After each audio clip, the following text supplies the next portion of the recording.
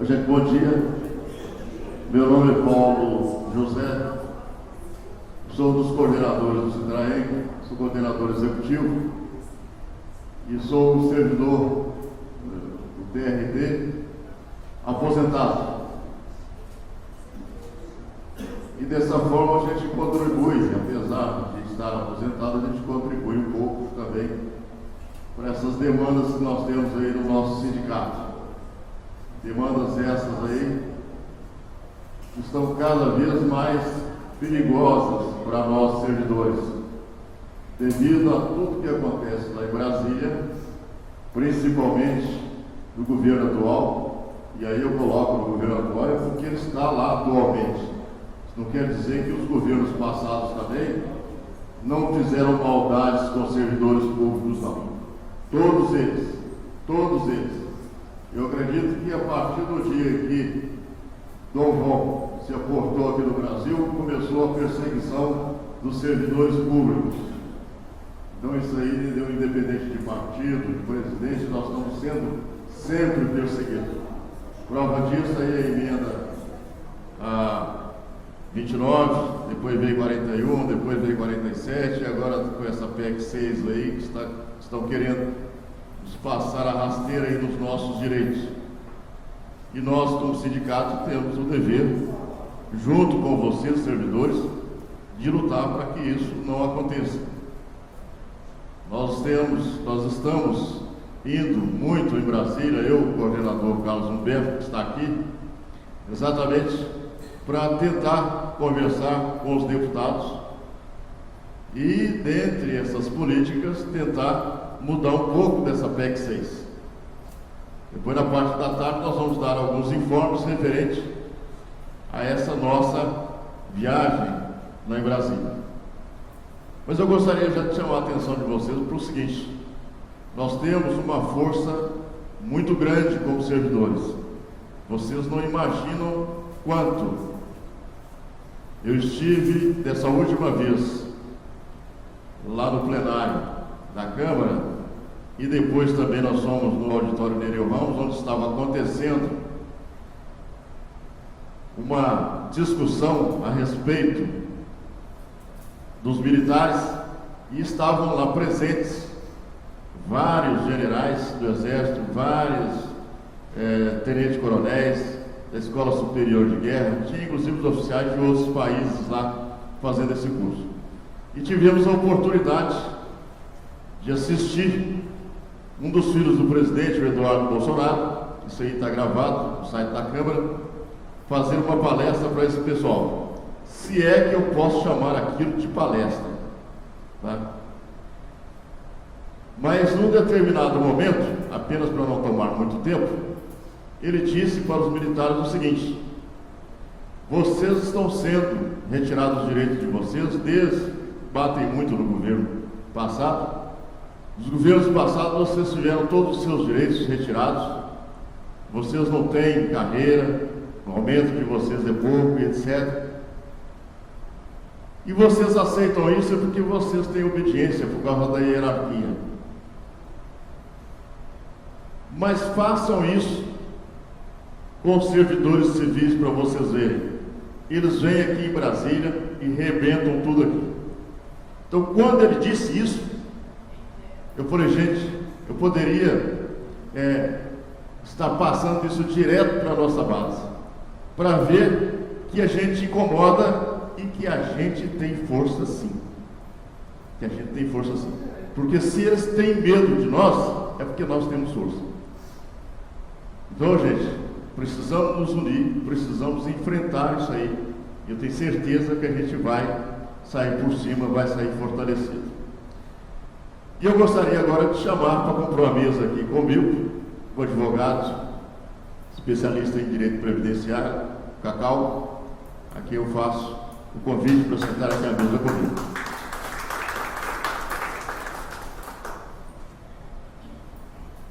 O tema de hoje, você sabe, está aí na pauta, vai ser tratado a respeito da reforma da Previdência, mais o FUNPRESP. E eu gostaria também de convidar a nossa colega do TRT, esqueci o nome, a Luciana. Ô Luciana, perdão, primeira vez que eu estou te vendo, e eu, nas minhas andanças aí pelo interior, eu costumo brincar muito com o pessoal que depois que a gente faz 18 anos, a gente costuma esquecer as coisas de imediato, né? Eu, como já estou com 22, então já passei 4 anos acima, né? Já está um pouco complicado. Então eu passo a palavra para a gente não demorar muito, porque o tema é interessante. Assim, o tema é interessante, passar a palavra para o Cacau, mas eu gostaria também de passar, muito bem lembrado ali pelo Carlos, a palavra para a nossa colega, para que ela se apresentasse para vocês. Bom dia a todos. Eu sou Luciane, sou servidora do TRT há 25 anos, muito orgulho, eu gosto muito do que faço. E hoje eu estou secretária da primeira vara do trabalho de Montes Claros. É um desafio, para todos nós. Hoje a gente está sendo há muito tempo a gente já vem sido, apanhado muito aí pelos governos, pela mídia, infelizmente muitas vezes pela sociedade que não entende, o valor do nosso trabalho, e especialmente nós, da Justiça do Trabalho, agora estamos aí na mira. Então eu acho que é o momento da gente refletir mesmo, a questão agora, eu, por exemplo, com 25 anos só na Justiça do Trabalho, mais 3 na iniciativa privada, a gente chega no ponto da tão sonhada aposentadoria e vê isso aí de forma muito clara, muito risco, a gente não conseguir talvez nem aposentar. Já peguei uma reforma nesse período, acredito que muitos aqui também fizeram isso. Então não é nada, aumentou mais 10 anos. E se essa agora passar dessa forma, a gente ainda vai ter que trabalhar até os 60, pelo menos mais 18 anos no meu caso, e correndo o risco de não receber aquilo que contribuiu a vida inteira. Então, acho que é o momento de a gente refletir, entender o que está acontecendo, entender o que o governo está propondo, para a gente poder tentar, lutar e reagir a isso aí com mais tranquilidade. Então, gostaria, estou aqui também para aprender, fiquei aqui interessada em entender realmente, porque muita coisa a gente teve dúvida, para a gente ver e pedir a Deus que eles realmente reabram esse prazo, se realmente for bom para nós. Então é só isso, muito obrigada. A dinâmica sua, você vai direto e depois abre-se para perguntas, ok? Eu passo a palavra agora para o nosso advogado Cacau. Só para testar, vocês estão me ouvindo bem então na tela? Tá, então beleza.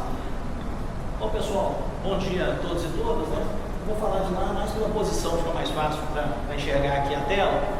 Já fui apresentado, meu nome é Sebastião Carlos Pereira Filho, mas sou mais conhecido como Cacau Pereira. É apelido desde criança, que me acompanhou na atividade profissional, na atividade acadêmica. Eu queria agradecer a diretoria do Citraen pelo convite. Já estive em outras ocasiões, em outros momentos, com o Citraen, com a FENAJUF, debatendo alguns temas. E foi pedido que hoje eu trabalhasse um pouco a questão das reformas do Estado e, dentro da conjuntura atual, as reformas mais recentes. É um tema que daria para a gente fazer um curso de formação aqui de 2 dias, porque é uma vastidão de elementos que nós teríamos para conversar muito grande, mas eu vou tentar condensar isso no primeiro momento numa apresentação, para que depois vocês tenham a possibilidade de falar, de perguntar, para que a gente possa fazer essa troca aqui entre nós e que seja um dia produtivo. Embora seja do ponto de vista dos trabalhadores e trabalhadoras em geral, e dos servidores públicos em particular, um momento de extrema dificuldade, eu acho que os momentos de dificuldade também eles abrem janelas de superação, de mudanças, e os sindicatos têm um papel muito importante a cumprir nisso. Então, apesar de todas as questões que estão colocadas aí, nós vamos ver, elas de certa forma têm dificultado, piorado a condição de vida, a perspectiva de carreira, a perspectiva funcional dos trabalhadores em geral, mas principalmente do funcionalismo, eu pelo menos sou muito confiante de que a gente tem capacidade de construir uma reação a isso. A gente tem capacidade de construir projeto, nós temos instrumentos para isso, o sindicato é parte disso, e muito feliz de no sábado vocês estarem aqui conosco, tá ok? Eu vou para lá só para efeito de facilitar mesmo a comunicação. Pode andar. Bom, na primeira pasta, na pasta que vocês receberam, eu deixei um pequeno texto, que na verdade eu não vou trabalhar o texto aqui nesse momento. Eu fiz a opção de escrever um texto mais histórico, buscando fazer uma localização de como que as reformas do Estado brasileiro estão relacionadas às mudanças que ocorreram nos modos de produção econômica do mundo com que isso nos afetou. Então essa, digamos assim, uma abordagem mais histórica, eu deixei no texto, de tal maneira que vocês possam fazer uma leitura depois. Só vou fazer uma referência muito rápida a alguns tópicos que vão embasar o debate que nós vamos fazer depois, que está mais vinculado a esse momento, a essa conjuntura aqui presente. Né? E o primeiro aspecto importante é que na segunda metade do século passado, nós vivemos um momento de mudança na organização do trabalho e da economia, e isso afetou o modo de produção capitalista em todo o mundo, e foi a partir dessas mudanças que foi se desenhando um modelo do Estado que nós temos hoje. Grosso modo, no primeiro momento da organização do Estado, a intervenção do Estado era muito limitada. Ela essencialmente cuidava de arrecadar os tributos e cuidar da segurança. Esse era o papel do Estado. Era um Estado mínimo, de feição liberal, enquanto que, digamos, primava a liberdade econômica, e os demais elementos que futuramente o Estado viria assumir, eles estavam na esfera da vida privada. Ocorre que, com a evolução do modo de produção capitalista, com o advento das fábricas, da grande produção, com o surgimento de uma classe operária assalariada muito grande, posteriormente, com o Estado crescendo e o Estado também assumindo serviços, houve a necessidade que se mudasse essa perspectiva de atuação do Estado. E nós tivemos, a partir daí, alguns fatos históricos importantes. As duas guerras mundiais, por exemplo, são fatos importantes, mas foi essencialmente a partir das crises econômicas que nós vivemos que foi impossível que o Estado continuasse distante dessas tarefas, dessas funções. E foi quando nós começamos a ter aquilo que nós chamamos de Estado social. É um período de grandes lutas da classe trabalhadora, os direitos trabalhistas, os direitos civis em geral, os direitos previdenciários, tudo que envolve a atenção do Estado vai se desenvolver nesse período, e nós vamos ter uma construção de um outro modelo, em que o Estado deixa de olhar apenas essas funções mais específicas da tributação e da segurança, e ele tem que se voltar também, tem que atender a essas demandas sociais. E a segunda metade do século passado, ela é emblemática num aspecto de que esse Estado social de direito ele começa a ser desmontado. Esse Estado é construído principalmente no período entre as guerras e também no pós-segunda guerra. Particularmente a reconstrução da Europa demandou um esforço enorme de recursos, e até pela ameaça que havia naquele momento na disputa entre a antiga União Soviética e os Estados Unidos, né, capitalismo versus socialismo, para evitar a emergência de revoluções, de revoltas, de lutas na Europa, se edificou esse Estado social de direito. No caso dos Estados Unidos é um pouco antes, é na época do Roosevelt, do New Deal, de reconstrução depois da crise econômica de 1929, 1930. E esse Estado, na segunda metade do século passado, ele começa paulatinamente a ser desmontado. E isso está relacionado, essa retomada do liberalismo, com as crises econômicas daquele período. Aqui no Brasil, por exemplo, nós vivemos os efeitos das crises econômicas dos anos 70, por exemplo, ficou conhecido como crise do petróleo, a crise dos anos 80, ficou conhecida como a crise da dívida externa, e tudo isso vai ter um impacto no sentido de que o Estado ele começa a se afastar dessas funções mais sociais que ele tinha assumido e começa a retomar aquela feição antiga mais liberal. É o que se chama de neoliberalismo. Agora, essas mudanças no Brasil tem um aspecto interessante, que é que, enquanto no resto do mundo, essa política neoliberal, o afastamento do Estado, as privatizações, né, que é uma, digamos assim, uma marca desse neoliberalismo, a retirada de muitos direitos sociais, o enxugamento das atividades previdenciárias, da seguridade social. Enquanto isso acontecia no resto do mundo, e nos anos 80 em particular, nós tivemos dois governos que são emblemáticos, o governo da Thatcher, de um lado da Inglaterra, e o governo Reagan, o primeiro governo Reagan dos Estados Unidos. Aqui no Brasil, na contramão dessa situação, nós tivemos uma Constituição somente em 1988, que aí sim ela vai otorgar e, de certa forma, vai construir um primeiro modelo de um Estado com alguma característica do Estado social. E por que isso ocorreu? Porque no Brasil, nós vivemos de 64 a 85, uma ditadura militar, e as liberdades políticas estavam cerceadas. E, digamos assim, toda essa demanda ela fica reprimida, e é no período da redemocratização subatômica. E a Constituição de 88, ela vai justamente incorporar uma série de direitos sociais que foram fruto das lutas que ocorreram anteriormente. Então, os temas relacionados aos direitos sindicais dos trabalhadores, vamos ter debate da Constituinte. Os servidores que não tinham direito de organizar legalmente as suas associações, direito de greve, de negociação, isso vai ser parte do debate da Constituinte e vai ser reconhecido o direito de sindicalização dos servidores da Constituinte. No tema da saúde, as lutas da reforma sanitária, né, todas aquelas lutas que ter guarida na Constituinte através do SUS. O tema da educação foi um tema de extrema polêmica, setores privatistas, setores que defendiam educação pública também, e a Constituição, de certa forma, vai agasalhar. Então, esse processo no Brasil, ele acontece um pouco tardiamente, atrasado no tempo, e de certa forma no momento em que no resto do mundo já estava se revendo esse paradigma de um Estado amplo, de um Estado que ocupa todas essas funções. Então essa é uma situação interessante porque a Constituição de 88, ela praticamente não chegou a descansar. Ela foi aprovada em 88 e de imediato a gente já começa a viver um processo de desmonte dessas conquistas sociais que a Constituição otorgou. Ou seja, esses direitos sociais são postos à prova já praticamente de imediato. E o que acontece, pode passar para a próxima, e o que acontece é que vocês, servidores, de certa forma, estiveram no centro desse processo. No centro desse processo. A afirmação foi feita pouco antes aqui por um colega, né, que praticamente todos os governos tiveram um foco restritivo em relação aos direitos dos servidores, em relação ao papel do Estado, ele é verdadeiro. Se você fizer uma linha de tempo, praticamente você já vai encontrar, a partir da emenda constitucional número 3, que é de 1993, você já vai ter primeiras mudanças que envolvem a questão de previdência de vocês.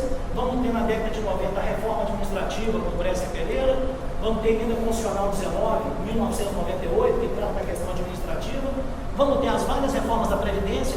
Então, praticamente, gente, o serviço público e os servidores foram um alvo, foram um foco de todos os governos. Então, esse arremendo de Estado Social, né, permitem o termo, que foi construído em 1988, ele não chega a se consolidar, porque a gente já começa a ter um processo de desmonte desse Estado Social, ainda latente, pequenininho, que a Constituição de 88 nos levou. O texto que está aí para vocês, ele tem mais elementos, não tem tempo de ler, é só um enquadramento histórico, para que a gente entenda o debate que nós vamos fazer hoje, no 2019. Nós estamos vivendo em 2019 ainda sob os reflexos de uma crise econômica mundial, que em 2008, digamos assim, nós tivemos desde 1929 uma primeira crise econômica de proporções de fato mundial, que inclusive afeta o coração da economia mundial, os Estados Unidos e a Europa. Nesse aspecto é uma crise diferente das outras que a gente vinha vivendo. Nós tivemos crises cíclicas desde 1970 que afetaram distintas regiões do planeta, mas essa crise de 2008 ela teve um elemento diferente. Ela atinge o coração da economia capitalista. Começa com o problema da crise das hipotecas nos Estados Unidos, vira depois uma crise financeira, uma crise bancária, e depois se torna uma crise que atinge praticamente todo mundo. O Brasil, mais uma vez, na contramão desse processo, ele conseguiu desenvolver nesse período algumas políticas que o governo da época chamou de anticíclicas e que permitiram represar essa crise por um período. Então, de fato, nesse período nós não vamos ter uma situação da economia do Brasil ruim. Ao contrário, vamos ter até uma situação de crescimento do PIB, de incorporação, ainda que não tenha havido uma distribuição de renda mais razoável de muita gente no mercado do trabalho, e isso está na base da crise que vai estourar mais adiante.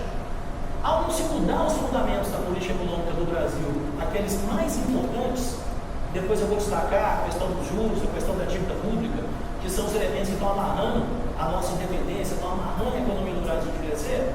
O que nós vimos foi que depois, alguns anos mais à frente, quando o mundo começa a se recuperar, o Brasil vai ladeira abaixo. E isso, inclusive, abre o processo político mais recente, que resultou na deposição da Dilma, no governo do Temer, que foi um governo que em pouquíssimo tempo fez muitas reformas regressivas para os trabalhadores, até a eleição do atual governo. Esse foi o cenário. Então, o que nós estamos vivendo hoje, em 2019? Nós estamos vivendo um cenário de recessão econômica. Infelizmente, a previsão para esse ano é muito ruim. Todos os organismos governamentais e não governamentais do Brasil e as agências econômicas fora do Brasil fazem uma previsão de um crescimento praticamente anêmico de 1,2%, 1,4%. Esse crescimento ele é insuficiente para incorporar sequer aquela massa de trabalhadores que tem que entrar no mercado de trabalho, o crescimento da população economicamente ativa. E essa situação, ela aparentemente é a que se desenha para esse ano. Porque, além das questões econômicas, tem as questões políticas. E nós não conseguimos sair, desde 2015, 2016, dessa crise política que nós estamos vivendo, que atravessou o processo do impeachment, atravessou o governo do Temer e também nesse governo. Ou seja, essa crise política, por diferentes razões, ela não, digamos assim, não serenou, ela não acalmou. E isso é um elemento que, evidentemente, influencia no problema da economia. Nós estamos vivendo no mundo uma situação interessante que é o seguinte: nós tivemos uma recuperação relativa da crise de 2008, particularmente com a recuperação dos Estados Unidos e de alguns países da Europa, das economias mais importantes, assim, a da Alemanha. Agora, esse processo foi muito puxado ao longo desses anos por um país que não tinha essa importância toda algumas décadas atrás, que é a China, a abertura econômica na China. Isso, inclusive, ajudou muito o Brasil naquele processo de 2008, como a China exporta muitas commodities do Brasil, ajudou o Brasil a segurar esse processo. Então, hoje nós estamos vivendo uma situação que o Brasil está descendo ladeira abaixo e o resto do mundo teve uma recuperação relativa que deve seguir esse ano, ainda que o crescimento não seja tão grande quanto foi o ano passado. Mas é uma situação de relativa melhora econômica no resto do mundo. Agora, existem também elementos políticos, eu fiz questão de citar ali, econômicos e políticos, que afetam isso. A questão da guerra comercial do governo norte-americano com a China. Isso é um elemento que pode pesar. Está tendo um conflito pesado pela orientação do atual governo, né, que resolveu comprar essa briga com a China. No caso da Europa, o problema da saída do Reino Unido da União Europeia, né, o Brexit, isso é um elemento também que está pesando. Você tem uma economia importante, segunda economia do continente, que está patinando por conta disso. O problema das crises migratórias, vocês devem estar acompanhando, isso é hoje, nesse momento, talvez um fenômeno que exigiria uma maior atenção de vários estudiosos sobre o que está ocorrendo, mas não é mais aquela situação apenas das guerras do Oriente Médio, da situação da Síria, não é mais isso. Nós temos, por exemplo, uma tentativa de entrada em massa na Europa, com muita gente morrendo no mar Mediterrâneo, né? Isso já tem 3 anos que está acontecendo e não consegue se resolver esse problema. Nós temos no Brasil essa situação, tivemos com os haitianos, tivemos com os venezuelanos, agora mais recentemente atravessando a fronteira para entrar no Brasil. Nós temos isso no México, tentando entrar nos Estados Unidos. Então esse fenômeno das crises migratórias é um reflexo das crises econômicas, da ausência de saída de um determinado território e as pessoas começam a procurar sair em outros locais. E é um elemento que tem uma importância econômica e política também. O que me chamou a atenção? No meio desse turbilhão todo, nós temos uma série de governos que foram ganhando com projeção.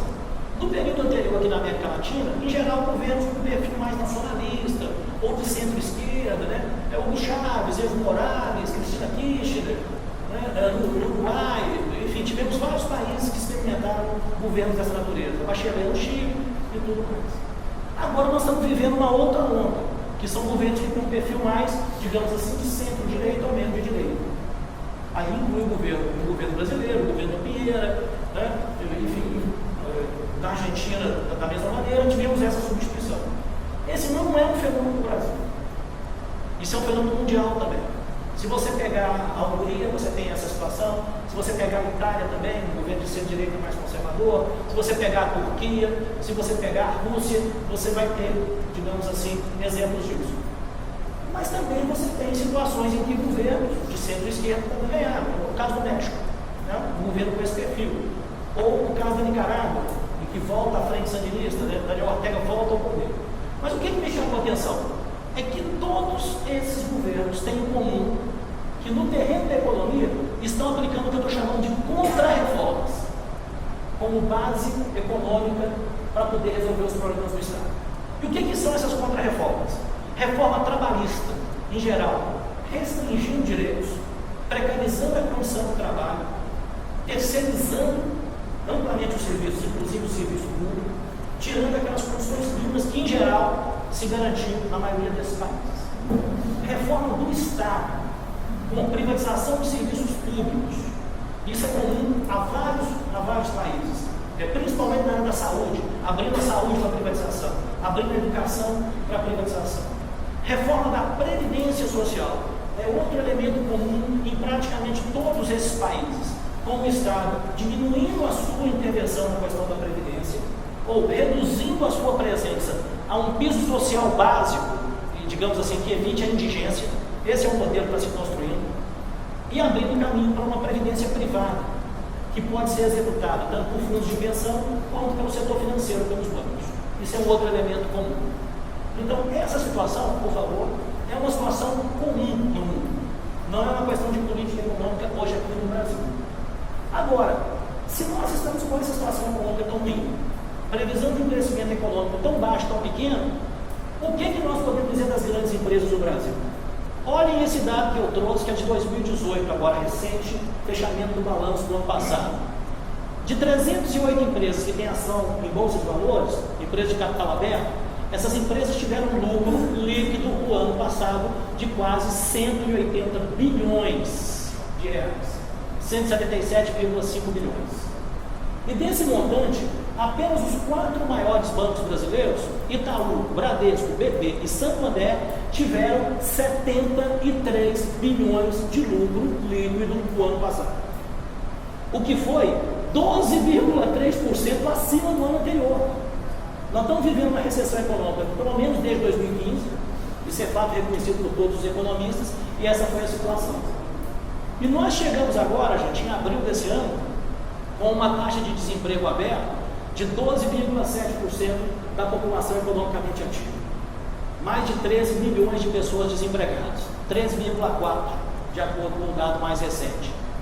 E estão experimentando um fenômeno que é esse fenômeno do desalento, que são as pessoas que vão desistindo de procurar emprego, porque não conseguem, enfim, acabam fazendo pequenos bicos e que passaram a ser somadas na estatística pelo próprio IBGE, o que é um fenômeno novo também. E elas somam 4,8 milhões de desalentados. E junto com isso nós temos um outro fenômeno que é uma estagnação do emprego formal, 32,9 milhões de pessoas com registro em carteira. Esse número é praticamente o mesmo número de 10 anos atrás, ele se mantém estável, o que significa que diminuiu, porque a população cresceu, em particular a população economicamente ativa, e 11,1 milhões de pessoas na informalidade. Esse é o dado novo. É o microempreendedor individual, é o trabalhador por conta própria, enfim, aquele que se submete a formas de trabalho precarizadas em função dessa situação. Então vejam que é um cenário econômico que, do ponto de vista do trabalhador, da população mais pobre, é uma situação ruim. Agora, as grandes corporações e os bancos em particular não estão sofrendo com a crise econômica. Não estão. E onde que está a base disso? A base disso está numa má distribuição do orçamento brasileiro. Esse gráfico aqui pode ser que vocês já conheçam. Felizmente ele está se popularizando. Isso é um trabalho que a Associação Nacional dos Fiscais da Previdência vem fazendo já há alguns anos, constituindo inclusive uma entidade, uma sociedade, uma associação, para poder divulgar essas questões, que é um estudo que é feito do orçamento executado no Brasil. E vejam vocês o orçamento de 2018. Um orçamento previsto de 3 trilhões e 500 bilhões, ele foi executado apenas em 2 trilhões e 600 bilhões, o que significa que cerca de 900 bilhões do orçamento brasileiro não foram executados. 900 bilhões. Isso é uma quantidade inimaginável de dinheiro. Quando se fala em reforma da Previdência, eles dizem que tem 270, 280, 290 bilhões de déficit. É de se perguntar por que não se executou 900 bilhões do orçamento do ano anterior. Por que não se executou? Mas o que mais chama a atenção desse gráfico é que a Previdência Social, está aqui, ó, esse aqui é o regime geral de Previdência, que é o pessoal de carteira assinada, os autônomos, empregados domésticos, trabalhadores rurais, etc. A Previdência Social, que está sendo tratada todo dia na televisão como uma vilã da crise econômica, ela responde por menos de 25% do nosso orçamento. E a maior fatia do nosso orçamento é essa aqui, ó. Chegou a mais de 1 trilhão no ano passado e que está sendo direcionada aos juros e à amortização da dívida pública, com os juros que a gente já conhece que existem aqui no Brasil, juros altíssimos, certo? E que na verdade é um dinheiro que vai para o mercado financeiro. Essa dívida ela não diminui, esse percentual do orçamento ele não diminui, ele inclusive está um pouco menor no ano passado do que nos anos anteriores, porque ele tem a ver com a retração econômica. Chegou a 45% do orçamento. E é justamente aqui, ó, é aqui que está o nó do nosso problema econômico hoje no Brasil. Esse setor aqui, ó, são aqueles que eu acabei de falar, que tiveram 77 bilhões de lucro no ano passado, certo? Enquanto esse segmento aqui, ó, que ampara 36 milhões de benefícios, que vão até 2 salários mínimos no máximo, na sua grande maioria, ele está sendo apontado como responsável pela crise. Então esse gráfico que não tem como ser discutido, porque ele é o resultado da análise do orçamento, ele demonstra que algo está errado nessa conta. A propaganda que está sendo feita tem algo que não corresponde à realidade. Para agravar essa situação, nós vivemos no período anterior uma série de reformas que afetaram com muita força o nosso país. Eu destaquei aqui aquelas que me parece, foi arbitrário, afetaram mais os serviços públicos e o setor público da economia. A emenda constitucional 93, essa que ampliou a desvinculação de receitas da União para 30%, inclusive as receitas previdenciárias, inclusive as receitas da Seguridade Social, que não estão vinculadas à folha de salário, né? COFINS, Contribuição Social sobre o Lucro Líquido, PIS/PASEP, etc. Essa dupla abocanhou. Além de abocanhar o orçamento da saúde, da educação e das outras áreas. A emenda constitucional 93 ampliou essa possibilidade de desvinculação, ou seja, é uma parte do orçamento que o presidente da República não está obrigado a seguir. Ele pode manejar livremente como ele quiser, ampliou para 30% até 2023. Ela estava em 20%, que já era algo pesado. Emenda constitucional 95, essas vocês conhecem bem. Ela impõe um congelamento dos gastos públicos por 20 anos, na medida que limita, que você só pode corrigir pelo crescimento, pela inflação de 2 anos antes. Isso é uma coisa inédita. Outros países, em situação de crise econômica, recorreram a este tipo de instrumento fiscal, que é um instrumento que encolhe a participação do Estado. Vários países fizeram isso, mas nenhum país fez isso por 20 anos, determinando que a política econômica dos próximos 4 governos está determinada pelo que eu decidi agora. Mas para que a gente vota? Você vota porque você quer uma determinada orientação econômica, uma determinada orientação política. Então, até o nosso direito de votar e decidir qual é a diretriz econômica de um governo, com a emenda 95, ele foi votado. A menos que seja revertida, e é uma emenda constitucional, então você tem toda uma tramitação mais difícil, né, para que você possa reverter, nós estamos diante desse quadro, que é um quadro que limita a intervenção do Estado justamente nas áreas sociais. Coloquei aqui a Lei 13.365, que altera a participação da Petrobras na exploração do pré-sal, e que eu acho que é um elemento muito importante que muita gente não entende. Vocês acompanharam semana passada todas essas manifestações contra os cortes da educação? Então, nós estamos vivendo uma situação que é o seguinte: num determinado momento, se determinou que aquilo que se oferece como pré-sal teria uma destinação para a educação, para um fundo próprio. E com essa lei houve uma mudança. A participação da Petrobras encolheu, as empresas estrangeiras entraram com mais força, a Petrobras, inclusive, está financiando os leilões do petróleo para que outras empresas venham explorar. Olha que contradição. E diminuindo uma base de arrecadação para a educação, e estamos vivendo essa política de corte, né, que está gerando um enfrentamento, uma mobilização da sociedade. Coloquei ali o PPI, Plano de Parceria de Investimentos, que é uma continuidade dos planos de privatização. Vocês devem estar acompanhando os aeroportos, as ferrovias e outros setores que estão sendo privatizados. Reforma trabalhista, que vou falar um pouco mais adiante, em 2017, e lei da terceirização, que, digamos, é outra face da moeda da reforma trabalhista. Terceirização que agora, ela praticamente não tem limites no setor privado e no setor público. Então, essas foram as reformas que foram, digamos assim, implementadas no último período, e elas vão nessa diretriz histórica que eu falei. Diminuição do papel do Estado, menos intervenção na economia, maior liberdade para as empresas, maior liberdade para o capital. E isso tem significado, no nosso país, um elemento de retrocesso econômico muito grande. Nós não temos na história do Brasil, gente, história de algum momento em que a recuperação econômica se deu porque os empresários resolveram investir, resolveram correr risco e vamos lá, vamos confiar, esse aqui é o país do futuro. Nós nunca tivemos isso. A intervenção do Estado sempre teve a sua importância, com maior ou menor grau de intervenção.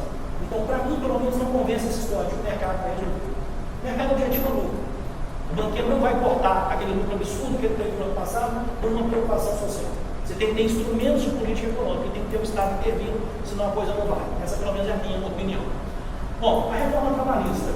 Aspectos muito gerais da reforma para localizar vocês. A principal questão, na minha opinião, ela muda o paradigma do direito do trabalho no Brasil, que deixa de ser um direito que amparava o suficiente, o desigual, e passa a ser tratado com um critério de liberdade contratada do direito civil.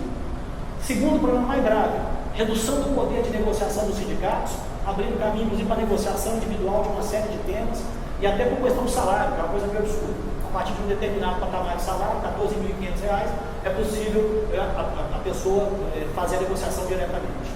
E a substituição do sindicato por comissões que possam substituir o sindicato por negociação. Como se um grupo menor do que uma coletividade como essa vai ter mais força para poder pleitear o conteúdo. A prevalência do negociado sobre o legislado. Esse é um tema que vem em discussão no Brasil desde a década de 90. Essa reforma trabalhista foi tentada várias vezes, O que vigorava até então? Se você tem 2, 3 normas que tratam do mesmo assunto, vai valer aquela norma mais favorável. Vocês, por exemplo, é diferente do setor privado. No setor privado você tem convenções e acordos coletivos de trabalho. O que for melhor entre os dois é o que vale. Se for melhor na Constituição é o que vale. Se for o que está no regulamento de servidor público seria o que valia e tudo mais. O que é que ocorreu aqui agora? A possibilidade de que a negociação coletiva possa rebaixar direitos ou o patamar desses direitos.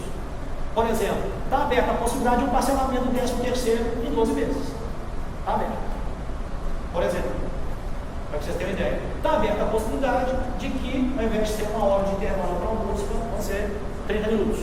Está aberto também. E tudo isso é apresentado como se fosse bom do trabalhador, que individualmente ele vai resolver, quebrando inclusive aquela lógica do trabalho. E aí o Arthur tem muito mais experiência do que eu. Não foi gratuito que se lutou e se estabeleceu a jornada de 8 horas, com 3 períodos de 8 horas durante o dia. Um período em que você elabora, você trabalha, um período em que você dorme, você descansa, e um outro período que você cuida de outras atividades, né? Porque a vida humana é muito mais do que trabalhar e dormir. Você tem que fazer outras coisas. Então esse princípio, inclusive, sendo quebrado, a gente deixando de ser dono do tempo do nosso trabalho, né? Como foi bem citado aqui na palestra, na parte da manhã. E as restrições à atuação da Justiça do Trabalho. O que é a questão de perguntar? Seria o princípio do fim da Justiça do Trabalho? Porque nós já tivemos uma queda no número de ações absurdo, o desestímulo, né? Pelo problema do risco da condenação nas custas, né? Enfim, tudo isso fica colocado. E alguns juízes, inclusive, nos primeiros momentos da reforma trabalhista, foram assim, mais realistas do que o rei. Eu vi condenação de situação em que o juiz entendeu que não houve um acidente de trabalho e que determinou o trabalhador que devolvesse o seguro médico que ele recebeu nesse período na empresa. Eu vi decisões desse tipo, que obviamente está se recorrendo, espero que sejam reformadas, mas isso ocorreu.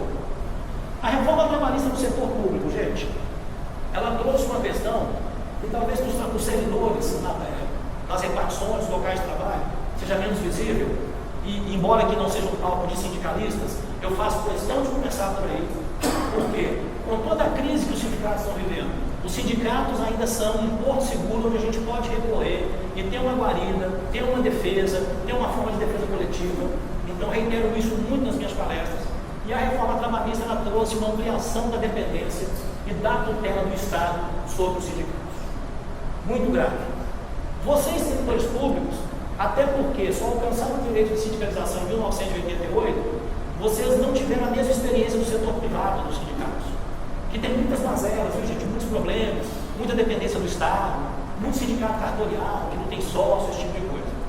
O modelo de organização sindical com vocês, embora tardio, ele teve uma vantagem, porque primeiro vocês construíram as associações de vocês já faziam mobilização, vocês já faziam greve. Então, quando em 88 se reconheceu o direito de associação sindical, o direito de registrar um sindicato, isso já existia na realidade. A luta de vocês fez a lei, diferentemente do setor privado. E nós começamos então a viver um processo de uma forte intervenção do Estado que está se manifestando em atacar a organização sindical de várias formas. Via justiça diretamente, multa que se impõe quando se faz uma greve, interdito proibitório para impedir uma determinada atividade sindical, panfletagem às vezes querem impedir. Né? O próprio Ministério Público, muitas vezes, ao invés de se comportar como um defensor do direito constitucional, ele atua tentando restringir essa liberdade de atuação sindical e também em questões como a cobrança de contribuições nas eleições sindicais e o próprio financiamento sindical. Né? Vocês não tinham o imposto sindical, aquela contribuição de um dia cobrada em março que tinha na iniciativa privada. Isso depois foi estendido no setor público, né? Eu lembro que na época muita gente ficou feliz. Falei, gente, isso não está sendo feito à toa. Isso começa a gerar uma dependência econômica do Estado que os sindicatos de servidores não têm hoje. E se isso cair um dia? Foi profético. Por quê? Deu um determinado período, gerou dependência. E muitos sindicatos, não é o caso de vocês, os sindicatos de vocês têm autonomia financeira, autonomia econômica, ainda bem, mas muitos sindicatos passaram a depender desse recurso. Quando retira, o que acontece? Os sindicatos ficam de pires na mão, sem condição de fazer a sua atividade, tendo que diminuir seu patrimônio, demitir funcionários, etc. Então, o tempo do financiamento sindical tem essa importância. Pode parecer que tudo isso não me afeta. Afeta. Porque quando a gente perde os nossos instrumentos de defesa coletiva, de reivindicação, que nos permitem atuar enquanto uma categoria, enquanto uma classe, isso sim nos enfraquece individualmente. Nós temos menos força para pleitear as questões que a gente teria direito. E no setor público, destaquei aqui muito rapidamente 4 questões que têm a ver com a reforma trabalhista no setor público, só para ilustrar para vocês. Essa instrução normativa número 2 do Ministério do Planejamento, ela condiciona a participação em atividades sindicais à compensação das horas faltosas. Nós tínhamos em vários segmentos do funcionalismo a tradição de quando o sindicato chamava uma reunião de representantes, alguma coisa, o próprio setor se organizava, liberava alguém, essa pessoa ia lá, participava, depois retornava e dava um retorno, fazia um feedback, né, como a gente fala, para os colegas do local de trabalho. Isso agora está limitado. O PL 3831, gente, de 2015, ele chegou a ser aprovado no Legislativo e estabelecia a obrigatoriedade da negociação coletiva do serviço público, que é uma reivindicação antiga, porque vocês, ao não ter database, vocês ficam dependentes, primeiro da negociação na Casa Legislativa, no caso de vocês é o Congresso, né? Depois que resolve ali, você depende da sanção do Executivo para isso, ou seja, vocês passam quase o tempo inteiro em campanha salarial, porque não tem uma normatização como no setor privado, que tem uma database, um período que você paga, você negocia, você tem um instrumento escrito, você repactua as condições de trabalho, reajuste, etc. Isso foi aprovado em 2015, mas foi vetado no governo Temer. E nós perdemos aqui uma oportunidade histórica de amoldar o nosso ordenamento aos melhores preceitos da OIT, dos países capitalistas mais desenvolvidos. Estou falando de nenhuma coisa absurda, né? É que só países de orientação de esquerda. Não, é uma orientação da OIT, Organização Internacional do Trabalho, que cumpre esse papel de fiscalização no mundo. Terceiro tema, a regulamentação da terceirização do setor público, via decreto 9.507 do ano passado, 2018, de meados do ano passado, e que praticamente escancara a terceirização no setor público, e que limita apenas ao que eles consideram como serviços que envolvam tomada de decisão de planejamento, coordenação, supervisão e controle dos órgãos e aqueles considerados estratégicos, que possam colocar em risco o controle de pessoas e de conhecimento e tecnologia, além daqueles relacionados ao poder de polícia do Estado. Então a terceirização ampliou por demais a possibilidade. E essa restrição, inclusive, é genérica, né? Você vai ter que interpretar o que se quer dizer com esses órgãos estratégicos. O poder de polícia não vai ser mais fácil de ser identificado. E por fim, está em tramitação. Até vi que os dirigentes dos sindicatos estiveram essa semana em Brasília, né? Esse projeto de lei do Senado, aí o 116, é o que prevê a perda do cargo por insuficiência de desempenho do servidor público. E que é algo que está na pauta já desde os anos 90 também. As avaliações de desempenho, elas foram criadas não com o intuito de melhorar a qualidade do serviço público, avaliação e etc., mas ela coincide, inclusive, com instrumentos fiscais que previam a possibilidade da demissão, como a Lei de Responsabilidade Fiscal. E agora temos esse projeto aí que está andando e que trata desse tema. Então, gente, esse cenário demonstra que há uma ação articulada de governo, eu diria de governos, porque nós passamos ali por vários momentos, né? E nesses vários momentos nós tivemos reformas que afetaram o Estado, o serviço público, a questão do trabalho, enfim, a nossa vida, né, enquanto trabalhadores em geral. Rapidamente sobre a PEC 6 da reforma da Previdência. A PEC 6 da reforma da Previdência, ela primeiro é apresentada, pode ir clicando, vai aparecer uma mão. Beleza. Bom, aqui são recortes de jornal que dão um pouco conta da campanha que vem sendo feita há alguns anos sobre a reforma da Previdência. É apresentada como o elixir que vai resolver todos os problemas, entendeu? Desde a dor de barriga, a dor de cabeça, a unha encravada, ao problema da dívida pública no Brasil. Ou seja, a reforma da Previdência agora resolve tudo. É uma coisa incrível, né? Isso é um consenso que é trabalhado. E sem ela o Brasil vai quebrar. Só vai gerar emprego se tiver reforma e tudo mais. Podemos passar adiante. O primeiro argumento que se utiliza é que tem que ter a reforma porque as pessoas estão vivendo mais. Isso é um fato? Isso é um fato. Mas existe justamente na Previdência a questão atuarial para que você possa se antecipar a esses fenômenos. E não são fenômenos que acontecem da noite para o dia. Você tem como, em qualquer regime, seja ele de capitalização ou outro, o nosso é um sistema de repartição, a Previdência Pública, em que todos contribuem, que estão na ativa, para pagar a aposentadoria de quem já está inativo.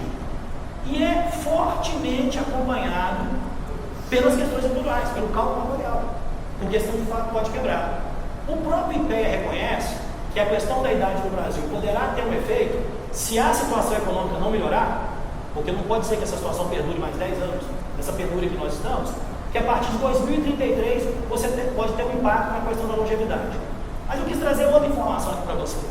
Não sei se vocês conseguem enxergar, de todos esses países que estão aqui, o Brasil é o país que tem a menor expectativa de vida de todos. A gente consegue perder para a Turquia e para a Eslováquia. Então, se é um fato que há uma expectativa de vida que está crescendo e ainda bem, as condições de saúde sanitárias estão melhorando, não é fato que a situação do Brasil esteja próximo do que é a situação do Japão, do que é a situação de vários países da Europa, do que é a situação, inclusive, da maioria dos países da América Latina. Né? O México, que é o que se encontra mais perto do Brasil, ele chega a quase 77 anos, o Brasil tem 75. Né? Então esse quadro aí é um quadro elaborado pela Organização Mundial de Saúde, pela ONU, com dados acumulados até 2017, se não me engano, e que dão uma visão do que é essa situação. Segunda questão que tem sido falada, a Previdência tem que ser reformada porque ela tem déficit. E aqui nós temos um outro problema grave. Quando a Constituição de 1988 ela foi promulgada, ela estabeleceu que a Previdência faz parte de um condomínio chamado Seguridade Social. E a Seguridade Social incorpora o regime geral de Previdência, a saúde, que é o SUS, e a assistência social. E foi determinado que teria um orçamento próprio. E esse orçamento próprio, ele comporta, além das verbas que são descontadas dos salários do trabalhador e também a contribuição patronal, foram criadas contribuições próprias para o custeio da Seguridade Social. Contribuição Social sobre o lucro líquido, PIS/PASEP, COFINS, receita das loterias, concursos prognósticos, quando estava valendo a CPMF para a saúde. Então foi criado todo um plano de custeio. Por quê?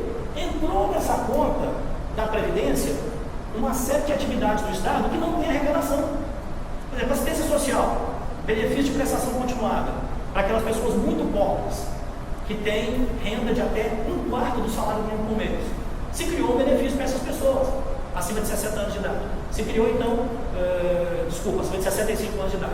Criou-se um benefício para essas pessoas. Isso não tem arrecadação. Perfeito? Mas está ali. A aposentadoria do trabalhador rural, de 88, se estendeu a aposentadoria para quase 7 milhões de pessoas, quase como um benefício assistencial, porque também não teve contrapartida da arrecadação. Mas ainda assim, gente, o orçamento da Seguridade Social deu conta disso. Deu conta disso até 2016. A média entre 2005 e 2015 é de um superávit técnico anual superior a 60 bilhões por ano. Se esse dinheiro tivesse guardado num fundo próprio, num orçamento próprio, que é o que diz a Constituição, nem de longe nós estaríamos agora discutindo o déficit da Previdência. Nem de longe. Nós tivemos, de fato, em 2016, 2017, uma situação de déficit, por essa metodologia que nós estamos utilizando, que é o que está na Constituição. Mas isso está relacionado à gravíssima crise econômica que nós estamos vivendo. Porque, além do desemprego, não há uma política de Estado de formalizar as pessoas. Os empregos que estão sendo criados são precários, as pessoas não pagam a Previdência. O microempreendedor individual paga R$55. Para ele pagar a Previdência, ele paga 200. Ele pagaria a parcela dele a patronal, que é o autônomo. Vocês entendem isso? Então, esse desestímulo à formalização faz com que entre menos dinheiro, mas ainda assim, na série histórica, a Previdência não é deficitária. Então, o discurso do déficit, ele é manipulado, ele é utilizado no sentido de nos convencer de que há uma situação de quebra iminente, quando isso não é verdade. Mas pode ser que tenha aqui algum colega que diga o seguinte, mas eles têm os dados deles que mostram que nós temos uma situação de déficit. Por quê? Qual é a conta que eles fazem? Eles pegam essencialmente a receita do salário e a receita da folha de pagamento dos empresários, que é no regime geral, escondem inclusive as outras receitas, escondem as contribuições do Estado e apresentam uma conta de déficit. Por isso que a conta deles dá déficit, porque ela não respeita os preceitos constitucionais que estão lá. Agora, ainda assim, apresentando essa conta dessa maneira, eles teriam que explicar por que, ao longo desses anos, se deu déficit, eles conseguiram desviar dinheiro padrão. Eu queria que eles me explicassem. Se tem déficit, como é que conseguiam desviar receita da Previdência para outras coisas? Isso não sou eu que estou falando. Isso é a publicação do orçamento. Ao final do ano, o orçamento executado, você tem esses dados, entendeu? Eles teriam que explicar. Então, é um argumento que não fecha. É um argumento que está a serviço de outra coisa que eu vou tratar mais à frente. Terceiro argumento. A quem interessa a reforma? IPEA fez no ano passado um estudo e dividiu a Previdência em 5 setores, cada um representando 20% do orçamento da Previdência. E ele chegou à seguinte conclusão: 40% do orçamento é suficiente para pagar mais de 70% dos beneficiários dos assistidos, que são pessoas que ganham até 2 salários mínimos, 2 salários mínimos e meio. Se nós estabelecemos uma linha de corte aqui, os outros 60% do orçamento nós podemos jogar para um regime de capitalização, para ser administrado pelos bancos. Então, gente, o que está colocado aqui é muito claro. Eles estão trabalhando para, no médio prazo, a aposentadoria ser um seguro social muito baixinho, que vai cobrir 2 salários mínimos, 3 salários no máximo, e o restante você vai ter que procurar um regime privado de previdência. O regime atual do FUNPRESP ou das entidades fechadas de previdência complementar ainda tem uma característica que tem a contribuição patronal. Então, com todos os problemas, você tem uma responsabilidade do empregador que está ali, na Petrobras, no Banco do Brasil ou no Serviço Público. O regime de capitalização que está sendo apresentado para nós, ele precisa dessa contribuição patronal. É uma poupança individual. Então, isso, gente, está sendo construído perante as nossas vistas, perante os nossos olhos. E nós temos que fazer a população entender isso. Porque a propaganda que é feita pinta um cenário de caos e que, se não reformar a Previdência, o país vai quebrar e não tem futuro. Queria dar um argumento a mais, porque o orçamento da Previdência ele é desrespeitado, embora a Constituição estabeleça que ele é um orçamento próprio. Por que o orçamento do Banco Central é respeitado? Vocês sabem quais são as reservas monetárias do Brasil hoje? Alguém tem noção? 400 bilhões de dólares. São reservas monetárias que garantem que qualquer investidor que tenha investido no Brasil, se tem algum problema em algum momento, está garantido em dólar, que hoje é a moeda que lastreia as transações correntes do mundo. Por que o orçamento do Banco Central é respeitado? E o orçamento da Previdência, da Seguridade Social, não é respeitado? Então, temos para a gente pensar que muitas vezes a realidade não é exatamente aquilo que é descrito no jornal que a gente assiste às 8 horas da noite. Principais medidas da reforma da Previdência para todos os setores: elevação da idade mínima, 62 mulheres, 65 homens. Carência de 40 anos para alcançar 100% do benefício. Mudança nas regras de concessão do PIS/PASEC. Antes era quem ganhava até 2 salários mínimos por mês, passa para 1 salário. Isso elimina o direito ao PIS/PASEC para uma massa enorme de pessoas pobres. Desvinculação dos benefícios do salário mínimo, podendo ser menor do que o salário mínimo. É o caso da pensão por morte, olha que covardia. É o caso do benefício de prestação continuada, que passaria a ser de R$400, embora antecipando para 60 anos, mas só chegaria a um salário mínimo aos 70, hoje é 65. Diminuição do valor das pensões, uma fórmula de cálculo que arranca de 50% mais 10% do dependente. E no cálculo, se eventualmente o beneficiário, o titular falece, você calcula a pensão em base à proporcionalidade do salário da pessoa. Então, sequer é a pensão integral. Você só teria essa pensão a partir de 60% se eventualmente eu sou casado, me aposentei, venho a falecer. Aí meu dependente vai receber a partir de 60%. Estou vivo, contribuí, faleci. Vai ser feito um cálculo da média da minha proporcionalidade hoje e sobre essa proporcionalidade vai se calcular os 60%. E isso é de uma covardia, de uma desumanidade e um limite que chega no máximo a R$4.000 de acúmulo, tá? Para pensão e aposentadoria. E o novo regime de capitalização, que ainda não está apresentado, mas o desenho, a gente que milita nessa área, que estuda a questão da previdência complementar, a gente tem uma noção. O modelo de capitalização foi aplicado no Chile, por exemplo. E essa é a promessa que eles davam, que em 2020 você poderia ter 100% do seu benefício, porque era uma aplicação que rendia de 6% e 7% ao mês. A situação do Chile hoje é uma situação tenebrosa. Nós não chegamos em 2020 ainda, 2019. E as pessoas que estão nesse momento procurando as AFPs, que é a previdência privatizada deles, para poder se aposentar e receber o benefício, estão recebendo entre 30% e 40% daquilo que se projetou. Então, uma situação caótica. O Estado teve que entrar de novo na Previdência com benefícios assistenciais para melhorar essa situação. Ou seja, pagando a conta 2 vezes. Lá atrás, quando privatizou, teve um custo de transição, como você observou, se entregou em mãos privadas. 60% dessas FPs, elas são estrangeiras. São recursos que são manejados por bancos estrangeiros. Me chamou muito a atenção a reunião do Paulo Guedes com o Banco Americano essa semana. Não sei se vocês viram. Ele fez uma reunião nos Estados Unidos e disse que gostaria de fazer uma parceria entre o Banco do Brasil e uma instituição financeira americana, um grande banco americano que me foge o nome agora. Mas dos grandes. Não sei se é o Citi, enfim, uma grande instituição americana. E citou como exemplo a parceria Boeing e Embraer. E que parceria? A Embraer, uma das principais empresas de tecnologia de ponta desse país, ela foi entregue para a Boeing. Foi entregue. Vendeu 80% com direito de comprar os outros 20% em 3 anos. Que é o que vai acontecer. Você vai ter Embraer e Bombardier disputando esse mercado do mundo e vão retirar a Embraer, né? Que era o nosso soldadinho que brigava ali, ó, né? Produzindo avião com uma tecnologia fantástica que era comprada por diversos países. Ele citou esse exemplo. Isso me chamou a atenção. Por quê? O Paulo Guedes estava na equipe que operou a transição para a capitalização do Chile. Ele foi parte da equipe econômica lá.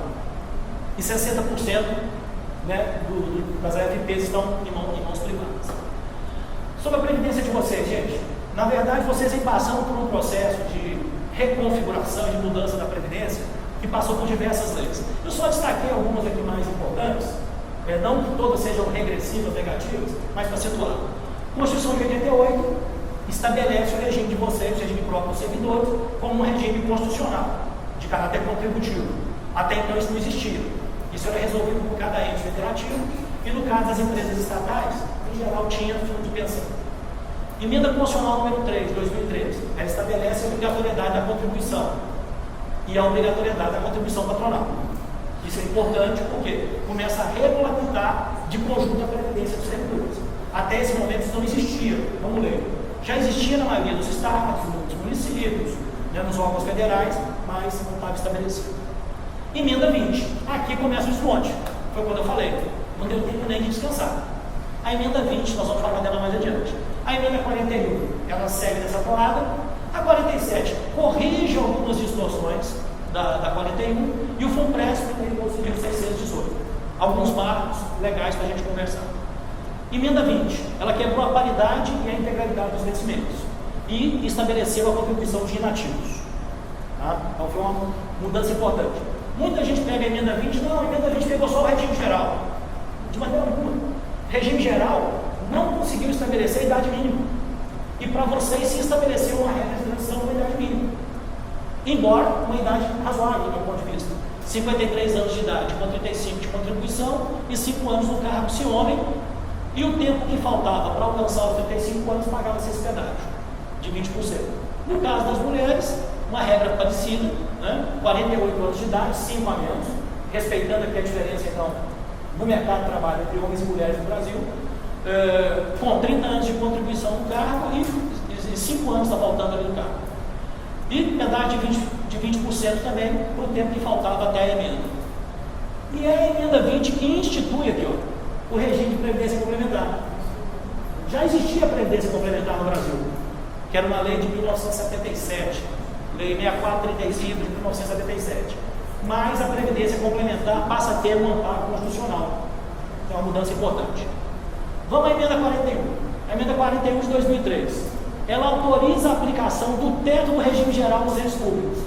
Aqui está o ponto fundamental para entrar a previdência privada, para entrar os fundos de pensão, para entrar o completo. Perfeito? Porque a partir daqui, ao se estabelecer o teto, né, você passa a ter um estímulo para que os entes instituam os fundos de pensão, que até então não estavam dando essa parte. E define um modelo de contribuição definida para os novos fundos de pensão. Eu não sei se vocês sabem o que é a contribuição definida. Vou dar uma explicação muito rápida, porque demandaria muito tempo. Você tem 2 modelos básicos na previdência complementar no Brasil, que são o modelo do benefício definido e o modelo da contribuição definida. O benefício definido, o que é? Você define que a pessoa vai receber um determinado valor, que pode estar relacionado em geral ao seu salário ou um percentual dele. Então, se o teto do INSS são R$ 5.800 e a pessoa ganha 10, essa diferença que nós temos aí de 4.200 vai ser definida na previdência complementar o benefício definido, que pode ser o total disso, ou pode ser 60%, 70%, conforme o modelo do plano, mas o seu benefício é definido. O que é a contribuição definida? Não há definição dessa diferença. É de acordo com a sua capacidade de poupança. Quanto que você vai colocar por mês numa conta? Essa conta é uma conta individual. No momento que você implementar as condições para aposentar, quanto tem aqui? Qual é a expectativa de vida que a pessoa tem? Vamos dividir. Aí você tem uma situação em geral, esse benefício, ele não cobre, não chega até o salário que a pessoa tinha na ativa, e muitas vezes não é renda vitalícia, que é o mais grave. Porque quando é renda vitalícia, e você tem assegurado que vai até a morte, né, do titular do direito, tá bem. Só que muitos fundos de pensão, gente, eu trabalho com isso na Petrobras e outros segmentos, os estatutos prevêem, por exemplo, 15 anos de cobertura. Olha que contradição. Eles estão dizendo que a expectativa de vida é maior. Vamos imaginar que eu me aposentei em geral, a partir de 55 dos fundos de pensão. Vamos pegar 60 como referência. Ali está estabelecido que essa contribuição irá até os 75. Mas se eu viver até os 76, até os 77. Então nós temos uma bomba de tempo, viu, gente? Que já está armada na Previdência Complementar, não a de vocês, mas na Previdência Complementar dos outros segmentos, e é uma coisa que vocês têm que ter atenção. Qual é a modelagem? Porque se de fato caminhar para isso, se vocês forem obrigados, vão para o FUNPRESP, ou optam pelo FUNPRESP, a modelagem do plano tem que estar muito bem desenhada. E se for um plano, já é de capitalização obrigado, já é de contribuição definida, porque se é obrigado por lei, tem que ver se é vitalício ou não. Porque se a renda não for vitalícia, corre-se o risco de findou aquela reserva, que está prevista para 15 anos, acabou. É uma poupança, entendeu? Não é um benefício social da Previdência. É um investimento como você poderia fazer sozinho. Se você tivesse capacidade de poupar, você pegaria o seu dinheiro e guardaria e toca a vida. Pode passar, por favor? Felipe, gentileza. A emenda 47, gente, ela fez uma pequena correção e reestabeleceu a regra de transição. Né? Porque isso aqui tinha acabado, a 41 acaba com a regra de transição. Foi um erro do legislador.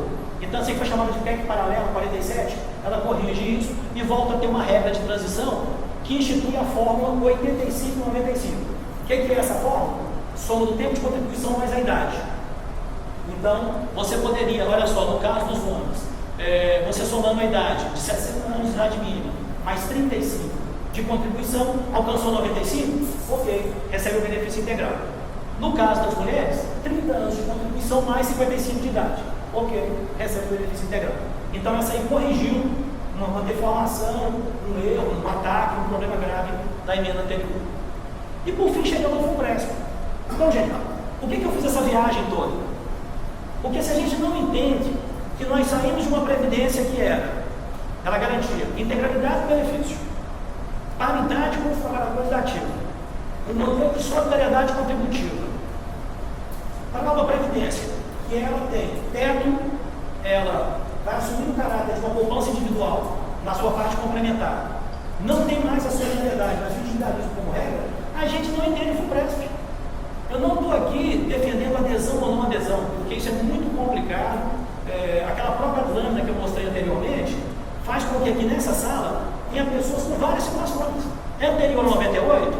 É entre 98 e 2003? É posterior a 2003? É posterior ao FUNPRESP? Ou seja, cada um tem uma situação própria. O sindicato, inclusive, ele contratou um escritório jurídico que está auxiliando nessa parte. Que aí é uma questão de cálculo individual mesmo, analisar, vale a pena para onde eu vou, para onde eu não vou. Mas essa compreensão da natureza do FUNPRESP é que é importante uma palestra como essa que vocês têm. Tá?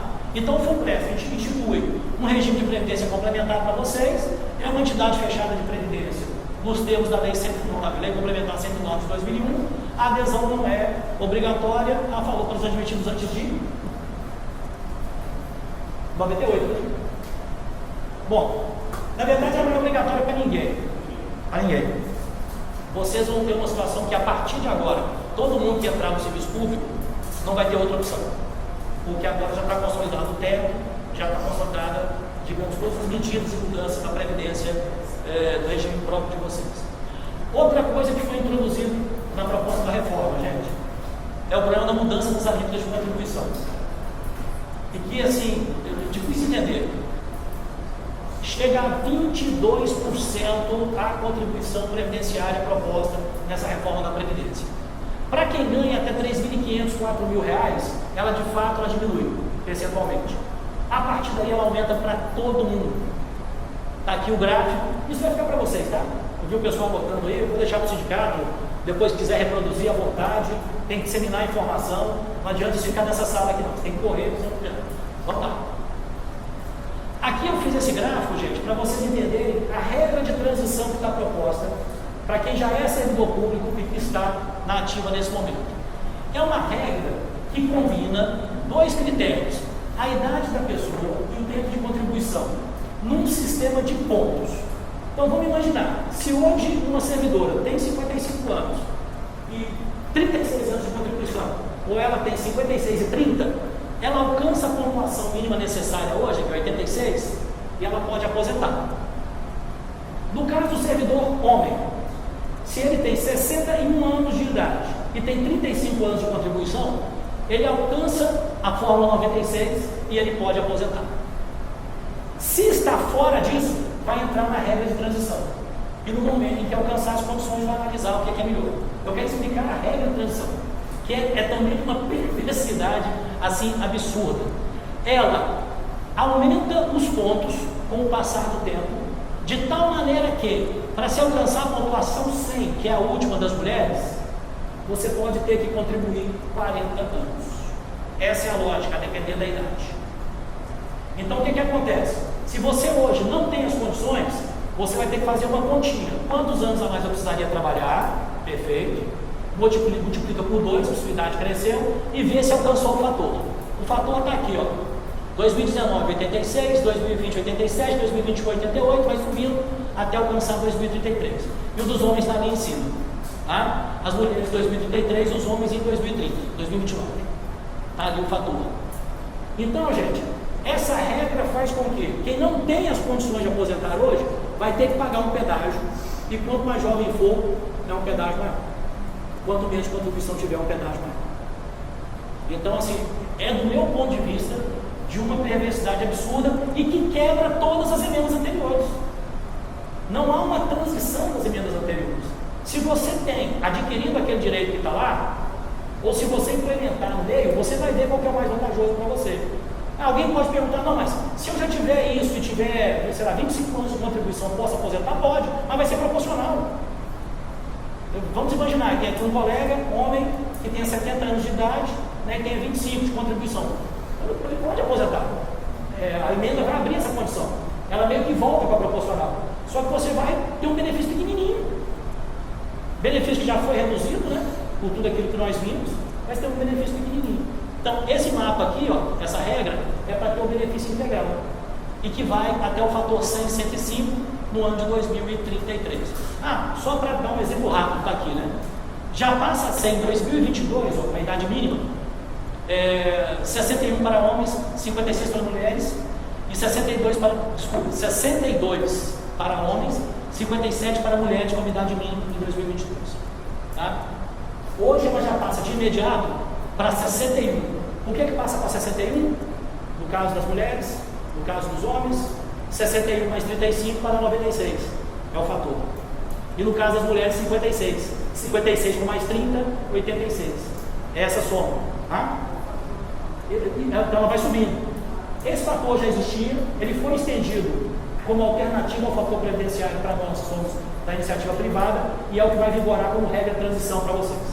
No setor privado tem outras regras, mas não dá tempo de tratar aqui, nós estamos estendendo já um pouquinho além do previsto. Bom, o gatilho da idade mínima, a cada 4 anos ele vai ser reajustado, então isso vale para todos os segmentos. Pode ir, por favor, Felipe.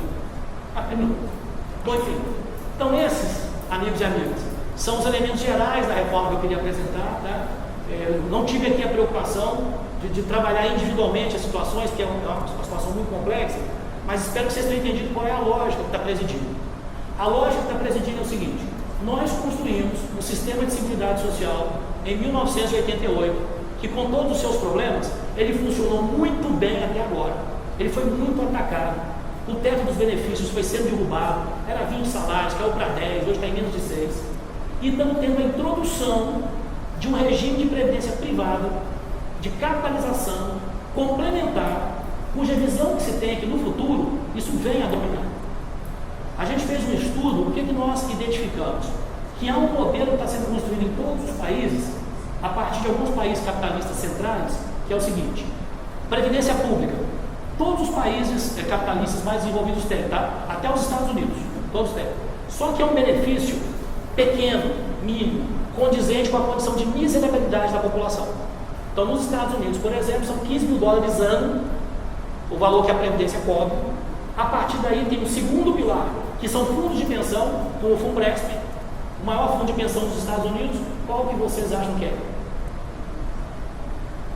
São vocês, servidores federais.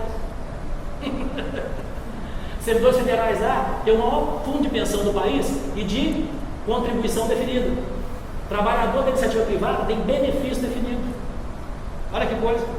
Também nos Estados Unidos há uma discriminação em relação aos servidores. E o terceiro pilar é a previdência privada, de banco. É você, é a Icatu, o Bradesco, o Itaú, e você adquire um produto do qual você vai poupar um dinheiro todo mês e vai resgatar daqui a alguns anos. Então, esse modelo, gente, é um modelo que está em construção. Então, quando eles falam, vamos fazer uma previdência de capitalização, mudar o modelo e etc., nós temos que tentar enxergar à frente, para que a gente não tenha surpresa. Então, eu entendo, encerrando aqui, que a defesa da previdência pública nesse momento ela é fundamental. Sem essa compreensão, nós vamos nos perder na discussão do Funpresp, etc. e tal, sem entender o que está acontecendo. Temos também os sindicatos, armar os seus representados, né, no sentido de como encarar essa situação que vocês estão vivendo, e isso é uma briga de cachorro grande. Felizmente, essa semana nós tivemos, acho que o primeiro respiro aí, digamos assim, de mobilização social, questionando o tema da educação. Eu espero que o tema da Previdência venha a contagiar as pessoas.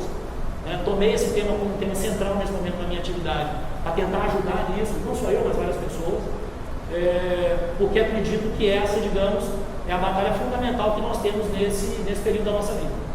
Ela vai nos afetar, mas seguramente vai afetar muito mais as gerações que vêm por aí. Dia 14 de junho, os sindicatos estão chamando uma mobilização. Acho que é fundamental para que a gente coloque a nossa opinião e não fiquemos refém das argumentações dos bancos, do governo, da Rede Globo, de todos aqueles que, para mim, está muito claro, não tem interesse em melhorar a nossa vida, mas arrecadar e garantir um mercado, que é um mercado enorme, para que o setor privado possa explorar. Bom, é isso, obrigado. Tá?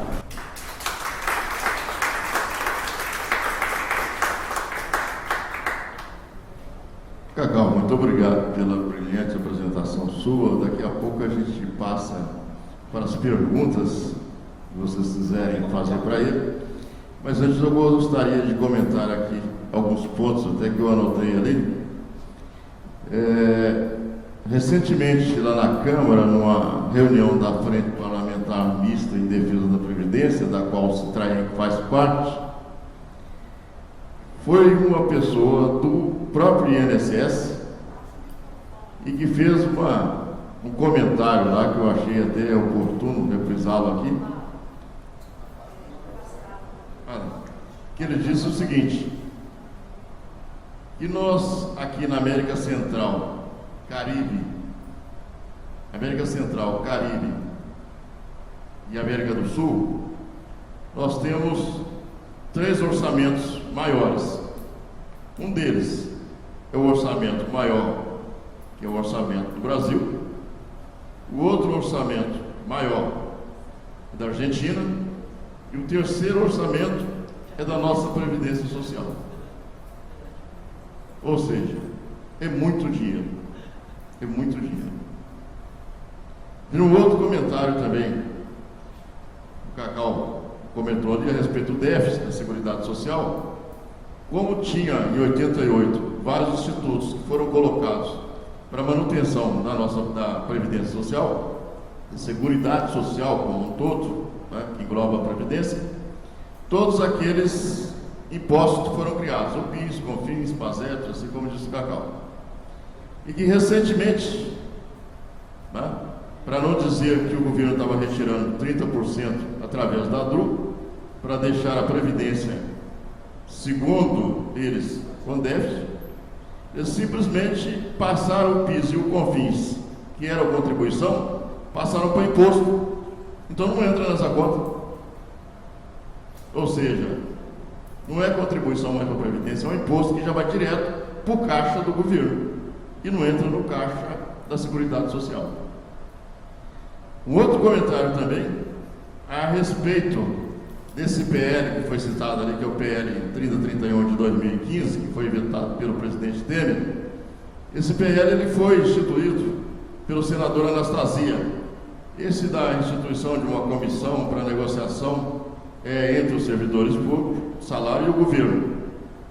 E qual foi o argumento, na minha opinião até válido, para vetar esse projeto de lei? É que, segundo foi colocado, inclusive lá no site, né, da Câmara Federal e também do Senado e da Presidência da República, é de que esse projeto de lei seria inconstitucional, por isso ele foi vetado pelo presidente, alegando que esse projeto ele teria que ser de iniciativa não do Legislativo. E ele alegou o artigo 61 da Constituição Federal. Agora vejam vocês como é que a coisa, quando é para nos prejudicar, eles fazem o inverso.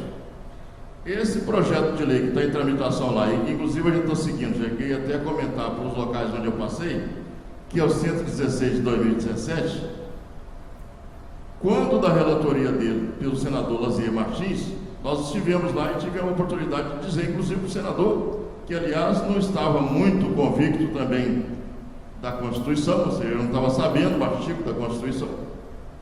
E nós sempre foi esse projeto, trata-se de um projeto constitucional, senador.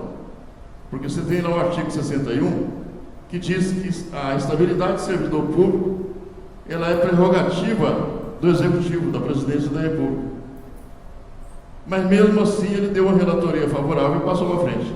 Então, ou seja, tem 2 pesos e 2 medidas aí. Quando é para fazer, né, uma grande sacanagem com o servidor público, mesmo sendo constitucional, eles estão passando esse PL. E esse PL, recentemente, ele teve um movimento. Ele foi colocado na Casa, na Comissão de Assuntos Sociais do Senado. E a senadora Selma Arruda, tive a oportunidade de falar isso aqui em Montes Claros. E essa senadora, ela estava a todo vapor querendo aprovar isso aí. Mas como anteriormente, lá em 2017, a gente já havia conversado com o senador Paulo Paim para que ele fizesse um pedido, um aditivo ali no PL, para que ele passasse por várias comissões, então ele teria que passar pela Comissão de Constituição e Justiça, como foi passado na época do senador Lazier Martins, depois passaria pela Casa, que foi colocado na pasta da senadora Selma Arruda, que inclusive foi cassada pelo TRE lá no Mato Grosso, mas que está em grau de recurso, por isso ela ainda está atuando. E depois da Casa passaria pela Comissão de Direitos Humanos do Senado, cujo presidente é o senador Paulo Paim. Então, ou seja, através de conversa que nós tivemos com ele, nesse último julgamento agora que seria na Casa, ele pediu vista do processo e nós pedimos a ele o seguinte, pede vista desse processo, põe ele dentro de uma gaveta lá embaixo e esquece. Apesar de ter prazos lá no Senado para ele voltar, mas isso aí todo mundo sabe, se quiser colocar numa gaveta ali, aquilo fica esquecido por um tempo.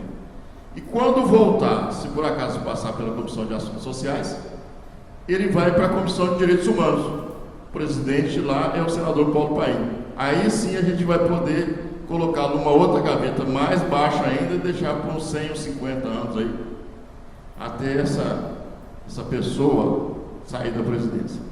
Então essa luta, são os comentários que eu teci aqui a respeito da explanação, muito bem feita aqui pelo Cacau, se você me permite continuar te chamando de Cacau, né?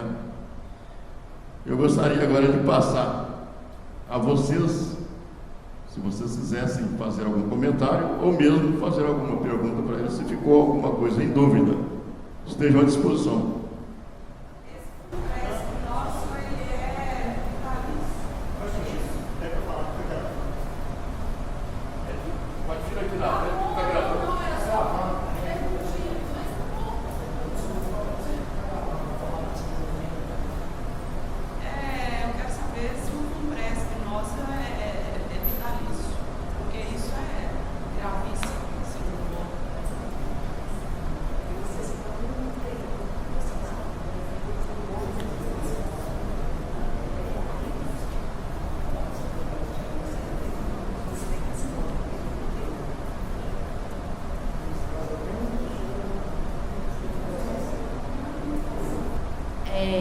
queria fazer duas observações. A primeira é que essa conta que ele nos apresenta aqui sobre o rombo da Previdência e a conta, né, que o governo nos apresenta, nunca vão fechar nenhuma das duas, porque nós esquecemos de falar o mais importante, que é a roubalheira que existe no nosso país, que nós nunca vamos saber de verdade qual que é essa conta, né?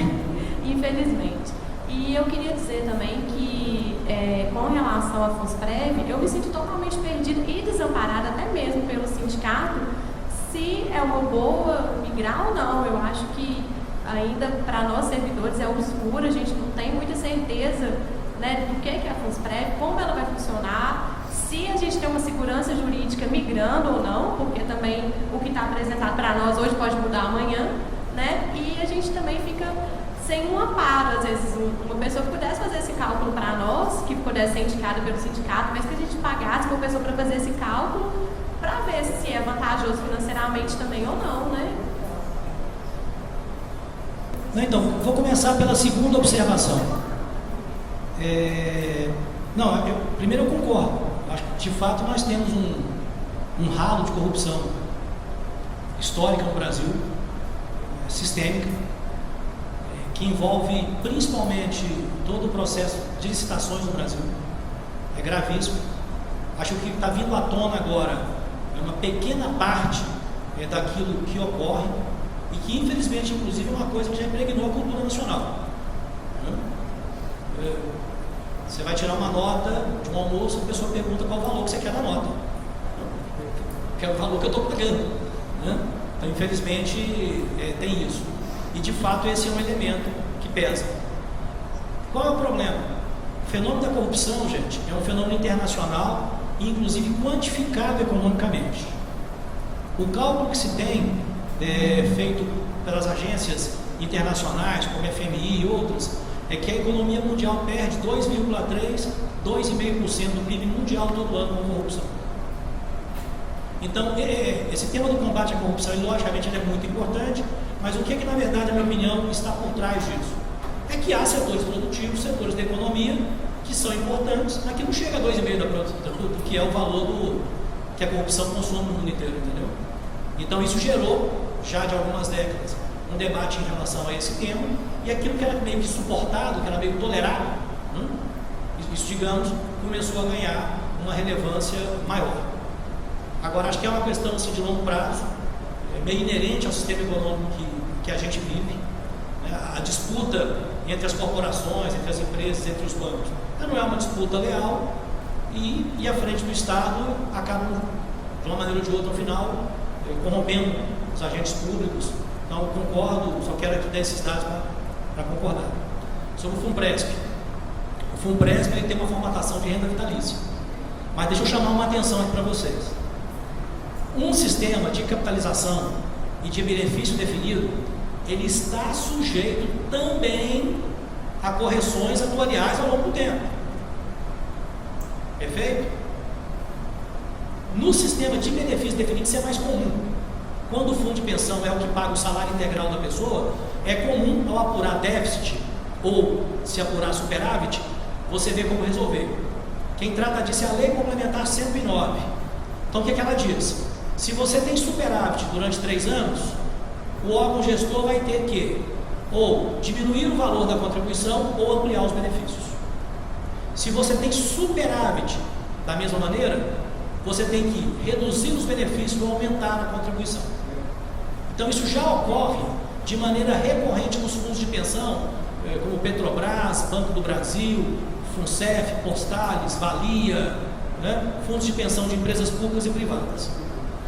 No caso de vocês, mesmo sendo um plano em que o benefício não esteja definido, que vai passar pela contribuição que é feita, o FUNPRESP, ele estabelece uma previsão. Eu, infelizmente, não estou com a cartilha do FUNPRESP no judiciário aqui.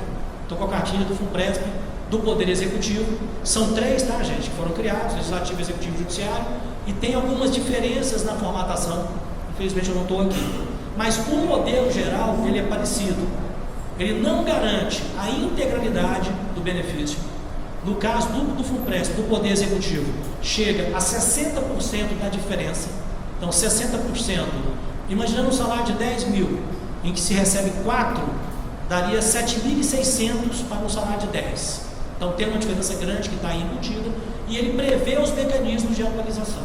Então seguramente o FUNPRESP judiciário, vou verificar isso, caso esteja errado, informa ao sindicato, ele com certeza tem o mesmo mecanismo. Ele vai passar por uma avaliação periódica, por um cálculo atuarial. Pela lei atual, lei 109, vocês têm direito a compor o Conselho Deliberativo. Tá? A lei atual prevê a participação com 50% dos membros do Conselho Deliberativo. A diretoria executiva não. Essa quem nomeia é a patrocinadora. Mas o conselho, que é o que vem logo abaixo e formula a política, vocês têm direito. Qual que é o problema? O voto de qualidade, no caso de empate, é da patrocinadora. Então, 3-3 que vira 4-3 se empatar. Já no Conselho Fiscal, vocês têm direito à paridade também, 2-2. Muito provavelmente, quando for regulamentar, vai ser um pelos ativos e um pelos aposentados. Muito provavelmente, porque tem que contemplar a participação dos segmentos. E no caso do Conselho Fiscal, aí o voto de qualidade é de vocês, tá? Pela Lei 109.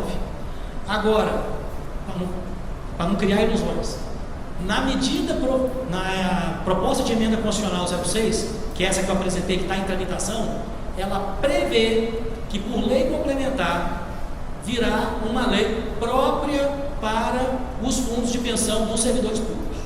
Então eles querem tirar vocês da Lei 109. A Lei 109, ela foi criada, Lei Complementar 109, em 2001. Em 98, quando teve a reforma da Previdência, a emenda 20, instituiu o regime de Previdência Complementar. Em seguida vieram duas leis, 108 e 109. A 109 é uma espécie de Lei Geral da Previdência Complementar. Ela revogou a 64, 35 e 77. E a 108, ela cuida especificamente dos fundos de pensão de empresas públicas, de empresas estatais. Tá? Petrobras, Banco do Brasil, etc. Vocês então estão enquadrados na 109, porque vocês são servidores, né, da administração direta, ok? Na 109. Qual é o problema? A emenda constitucional 6, que é essa que nós estamos em discussão, ela prevê uma lei complementar que vai estabelecer uma lei geral para a situação de vocês. Então isso que eu estou dizendo agora vale hoje, com a 109. Pode ser que venha uma lei complementar e ao invés de ter meio a meio, seja igual às empresas privadas, que é um terço só. Nas empresas privadas, fundo de pensão da Uzi Minas, por exemplo, né? Ou da Vale do Rio Doce, eles não têm metade do conselho, eles têm um terço. Não tem metade do conselho deliberativo, eles não têm metade do conselho fiscal, eles têm um terço. Então pode ser que isso ocorra, né? Então o voto de qualidade só existe hoje pela 109 porque nós temos essa conquista lá, que é de ter a metade, né, daquele conselho. A outra coisa, como observação também, a Lei Complementar 109, ela criou a possibilidade do instituidor. O que é o instituidor? É uma pessoa jurídica que, digamos assim, administra um fundo de pensão, mas ela não tem a obrigação de contribuir para ele. Ela tem que terceirizar a sua administração. No caso, são entidades como sindicatos, conselhos, conselho de administração, conselho de medicina, ordem dos advogados do Brasil, podem ter seus fundos de pensão como instituidor. Só que eles delegam a administração para uma entidade, para um fundo de pensão. Qual é a vantagem que tem aí? É que o fundo de pensão, ao estar vinculado ao segmento de trabalhadores, ao ter a participação dos trabalhadores na sua gestão, ao estar vinculado a uma empresa pública, ele tem diferenças com a previdência complementar privada de banco. Aí eu coloco aqui o segundo problema. É possível, se a emenda constitucional PEC 6 for aprovada nos termos em que ela está colocada, que a gestão de alguns fundos, aí particularmente nos municípios e nos estados, seja feita por entidade aberta de previdência complementar. O que significa isso? Banco e seguradora, mediante licitação. Então esse é um outro aspecto que está. No caso de vocês, como o FUNPRESP já foi criado, vocês teoricamente não estão nessa situação. Mas o ente federativo que não criou, o ente municipal que não criou, se ele vier a criar, tem algumas regras. Só pode ter um órgão, no caso, ele pode terceirizar essa gestão e a gestão pode ser terceirizada por um banco ou uma seguradora mediante licitação. Então são questões que nós temos que ficar atentos, né? Porque caminha no sentido de entregar a gestão para os bancos. Tá? Não sei se respondi. Tem a vitaliciedade, mas com cálculo atuarial e exatamente, durante ao longo do tempo. Eu particularmente, eu vou fazer uma pergunta, não é uma pergunta, eu acho que é o grande questionamento hoje de nós servidores públicos é porque nós não temos parâmetros definidos. Então, assim, o que a gente hoje sofre, e eu discuti isso muito com colegas lá na minha secretaria, pessoas que estudaram, não conseguiram chegar a uma resposta definida. Então, eu acho que o que a colega está dizendo ali é o seguinte: a gente quer um parâmetro. Fala assim, olha, se você migrar, você tem isso, isso e isso, e corre esse e esse risco. Se você ficar, você tem isso, isso e isso, e corre esse risco. Então, a gente não tem isso com clareza. Sempre fica faltando uma peça no quebra-cabeça. Então, eu particularmente não migrei, fiz as contas, pedi conta no tribunal e tal. Aparentemente, financeiramente era melhor, mas é uma coisa que é cheia de dúvida. Então, eu acho que assim, está difícil para a gente definir. E a gente não consegue amparo, eu quero até pedir para o sindicato, tem um corpo jurídico, contábil, para ajudar a gente nisso. É falar assim, olha, a sua situação é qual? Todo mundo aqui tem uma situação diferente. Todos. Então, assim, olha, eu preciso dessa ajuda. Qual o risco você corre se você ficar? Qual o risco você corre se você migrar? Hoje, infelizmente, o governo quer que a gente faça uma opção, se a gente não sabe nem como é que vai ser ainda, né? A Previdência, a reforma. Então, eu acho um grande questionamento. E, sinceramente, a minha grande dúvida é essa. Como que eu vou escolher se eu não sei quais são os parâmetros?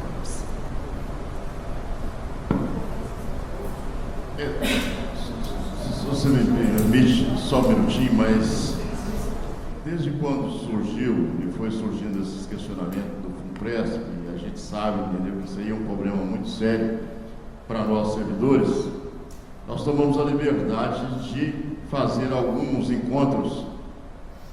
Fizemos lá em Belo Horizonte no TRE, fizemos na Justiça Federal e fizemos na Justiça do Trabalho.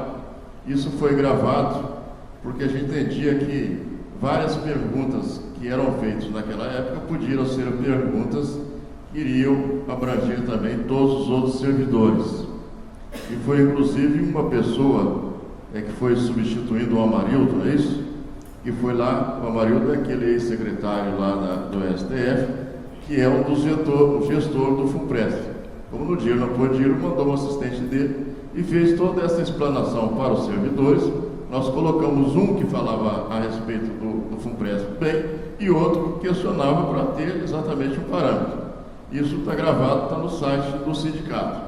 Posteriormente, além de outras palestras que nós fizemos também, que estão aí no site, nós fizemos um contrato com um escritório de advocacia em Belo Horizonte, do Roberto Carvalho, e o Roberto Carvalho, não sei se alguém tem conhecimento, mas é um dos maiores especialistas nessa área de previdência e também do FUNPRESP. Ele é reconhecido praticamente em quase todos os locais que eu vou e eu falo a respeito do Roberto Carvalho. Todo mundo diz, foi uma boa aquisição que vocês fizeram, esse rapaz entendeu o melhor que tem. Ele, inclusive, é um dos fundadores do IEPREV, que é o Instituto de Previdência, que, inclusive, vai ter um seminário agora, semana que vem, e eu vou ter até o prazer até de participar. E nesse contrato que nós fizemos com ele, a pessoa poderia ligar lá para o escritório dele, nessas dúvidas, para ver, porque o que acontece é o seguinte, cada um é diferente. O cálculo é diferente, as informações são diferentes. Por isso que o sindicato, apesar da gente saber do anseio do servidor, de ter uma posição do sindicato, falar, você migra ou você não migra, nós não podemos fazer isso. Porque se eu falo no caso dela, a situação sua não é a mesma. Então eu vou dar uma orientação que depois, mais na frente, nós vamos ter um problema seríssimo na vida da pessoa. Então nós estamos ainda com esse contrato vigente, nem sei. Inclusive ele agora fez uma cartilha para a gente da Previdência Social, que depois é só dar uma entrada lá no site, procurando o escritório do Roberto Carvalho, e se tiver que fazer cálculo, de acordo com o acordo que nós fizemos com ele, fica em torno de R$200 para cada cálculo. Mas as informações ele disponibiliza, se quiser marcar também lá em Belo Horizonte, né, e conversar com ele pessoalmente. Tá? Então, ou seja, é porque, infelizmente, entendeu, o nosso site não é muito visitado, né? Porque muitas das coisas, entendeu, estão ali. E essa cartilha já está pronta a respeito da previdência dessa PEC 06, e que a partir da semana que vem, ele entregou para a gente essa semana, a semana que vem já manda para a gráfica, eu creio que em torno de uma semana já vai estar disponibilizada, e vai estar disponibilizada também no site. Ok? Eu passo agora para as suas complementações para responder também se for o caso. Mais alguma pergunta? Eu posso ir para as considerações finais? Pode ser? Não, então, primeiro, o encaminhamento que o sindicato está dando para a questão, acho que está explicado, né? Tem uma assessoria que está disponível, tem informações para os caras. Eu só queria me permitir fazer comentários gerais, à luz do que eu coloquei aqui, não para orientar a decisão individual, mas para que vocês possam analisar. A grande mudança que houve, gente, foi em 2003. Tá? Grosso modo, quem já estava no serviço público em 98 e quem entrou entre 98 e 2003, tem uma situação em que a paridade e a integralidade ela ainda está garantida. Com a regra de transição, com aquelas mudanças, mas, grosso modo, até 2003, quem ingressou no serviço público tem a garantia da integralidade da paridade. Tem variação da contribuição, tem variação na contribuição do ente patronal, mas, grosso modo, esses dois parâmetros estão colocados. Aonde é que está a situação mais complicada? É quem entrou em 2003 e 2013.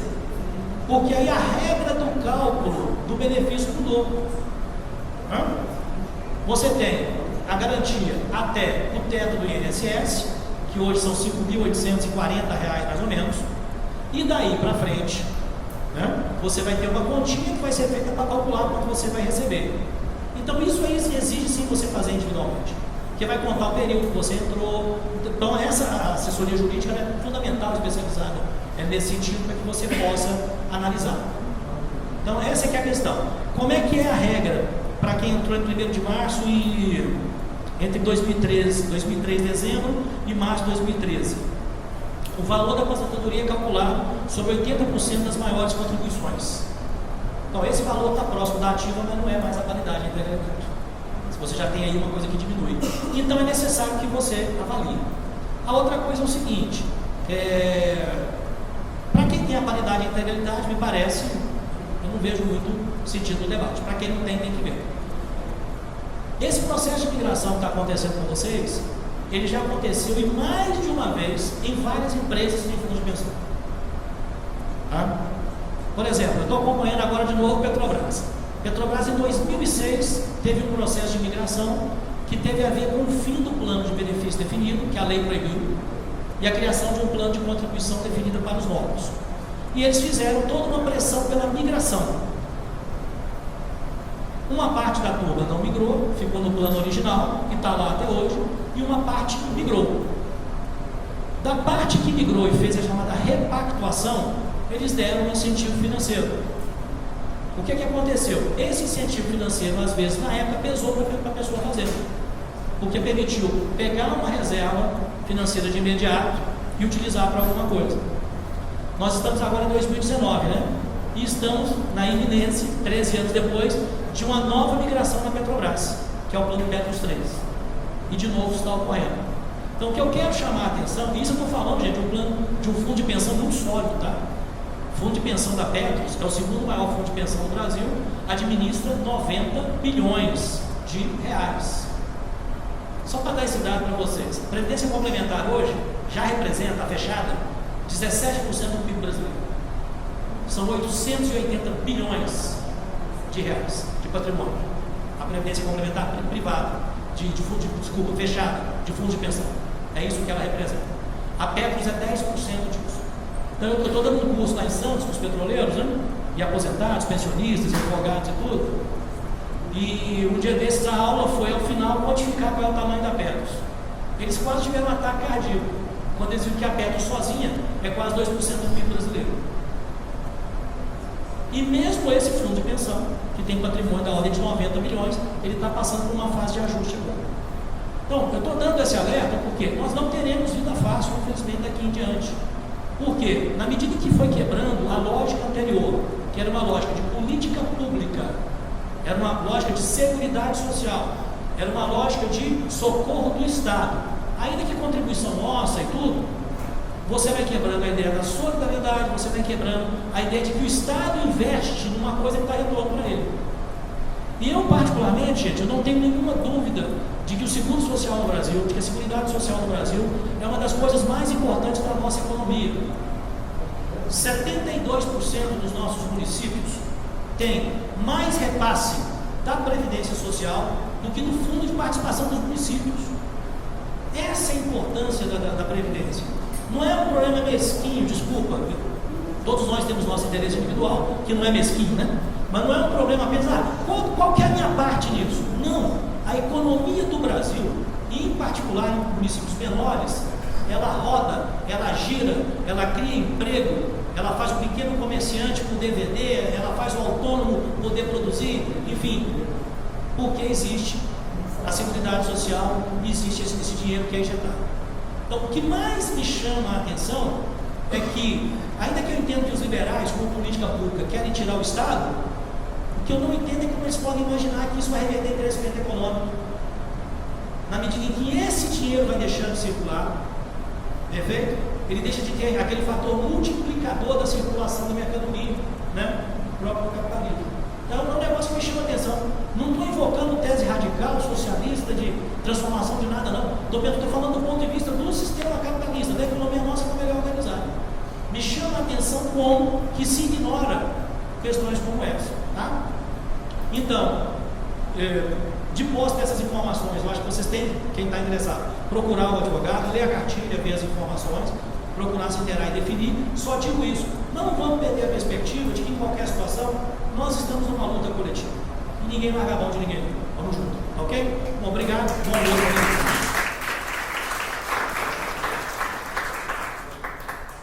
Cacau, muito obrigado pela sua explanação. Gente, dúvida sempre vai ter. O nosso sindicato está aí à disposição, está lá em Belo Horizonte, com todas as informações possíveis. A gente está na luta, como eu falei, nessas andanças que eu fiz aqui pela região, a gente tem muito pouca gente no sindicato para tanta demanda que a gente está tendo. Mas é muita mesmo. Vocês podem ter uma certeza que a gente está procurando fazer o máximo possível. Fazer o máximo possível. Eu, mas o Carlos, nós estamos num desgaste muito grande mesmo. Não estou dizendo isso, entendeu, para amenizar alguma falha nossa, não, porque nós estamos aqui para fazer o que a gente se propôs, que é administrar o Citraeng. Eu, no meu caso, pelo menos nesses 3 anos, tá? Mas há coisas lá em Brasília que estão acontecendo e acontece assim de um dia para outro, que a gente tem que ficar muito atento naquilo para a gente dar uma resposta mais rápida. Eu estive lá na Justiça Federal aqui em Juiz de Fora, vejo que tem bastante gente aqui, a gente estava até comentando que hoje você tem lá um projeto de lei que está arquivado, amanhã já está desarquivado, a pessoa já está pensando em marcar a data para a relatoria dele, a gente já tem que ir correndo lá, tentar conversar com o deputado ou senador para fazer inserções, para ver se a gente consegue barrar. Então a coisa realmente é muito dinâmica. Mas é dinâmica no sentido de ferrar o servidor público, porque esse governo, todos os projetos que estão lá e que trazem problemas para o servidor público, eles estão desarquivando e estão colocando na mão dos deputados e senadores do PSL. Eu inclusive comentei aí, há algum tempo atrás também aqui, de que um projeto de lei que nós tínhamos lá de recomposição salarial, que é o 6613 de 2009, ele estava arquivado, depois passou para a mão do Leonardo Quintão, nós fomos lá, conversamos com ele, o Leonardo Quintão perdeu a eleição e voltou novamente ao arquivo por causa do processo legislativo, só que agora desarquivaram e colocaram na mão, eu nem vou falar o que eu penso dele, porque isso aqui está sendo gravado, mas colocaram nas mãos desse deputado estadual, deputado do estado de São Paulo, que é o Kim Kataguiri. Isso aí é uma das mazelas que nós temos aí em relação a nossos servidores públicos. Então a coisa realmente é muito complicada, mas eu creio que a única coisa que vai nos ajudar é fortalecer nós, servidores públicos, em torno de nós mesmos e em torno do nosso sindicato, porque senão a gente não vai a lugar nenhum. Isso aí é um fato, né? Isso aí é um fato. Nós precisamos de todo mundo ficar alerta, todo mundo pensar junto, todo mundo apoiar as ações do sindicato, tiverem crítica, liguem lá para o sindicato, façam crítica, falam, não gostei do posicionamento do fulano, do ciclano ou do beltrano. Nós somos políticos, todo político tem que receber uma crítica e saber administrar e tentar resolver. Né? Então, para isso que nós estamos aqui. Ok? De antemão, eu digo que foi um prazer eu ter percorrido as redondezas aqui de Montes Claros. Tem uma carne maravilhosa e agradeço a hospitalidade aí do pessoal que me recebeu. Muito obrigado. E a gente se encerra por aqui e daqui a pouco a gente tem o almoço. Parece que é 1 hora. 13 horas o almoço e às 14 horas a gente retorna. Muito obrigado.